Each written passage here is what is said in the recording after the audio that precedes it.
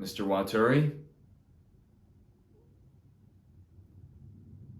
Frank, I quit.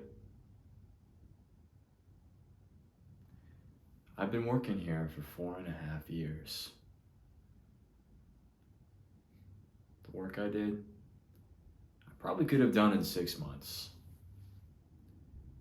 That leaves 4 years left over. 4 years. If I had them now, like gold in my hand. Here, this is for you. Goodbye, Dee Dee. This life, what a joke. This situation, this room. Mr. Waturi, you look terrible. Like a bag of shit stuffed into a cheap suit. Not that anybody could look good under these zombie lights. I can feel them sucking the juice out of my eyeballs. Suck, suck, suck, suck, suck. For $300, that's the news. For $300 a week, I've been living in this sink.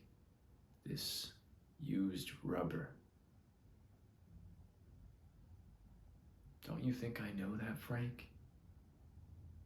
You don't think that I am aware that there is a woman here? I can smell her like a flower. I can taste her like sugar on my tongue. When I'm 20 feet away, I can hear the fabric in her dress when she moves in her chair. Not that I've done anything about it. I've gone all day, every day, not saying, not doing, not taking a chance. For $300 a week. And Frank, the coffee, it stinks. It tastes like arsenic. And these lights give me a headache.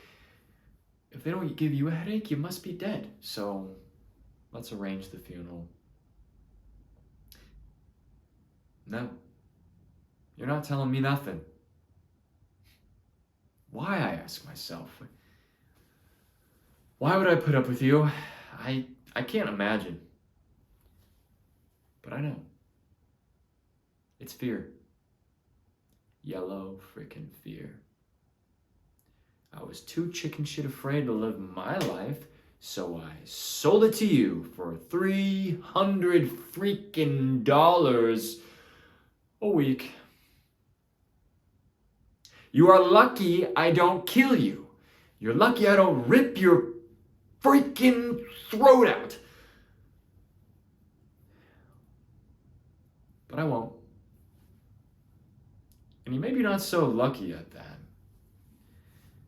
Because I'm going to leave you here, Mr. Waturi.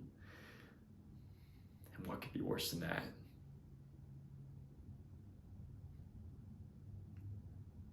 Dee Dee, how about dinner tonight?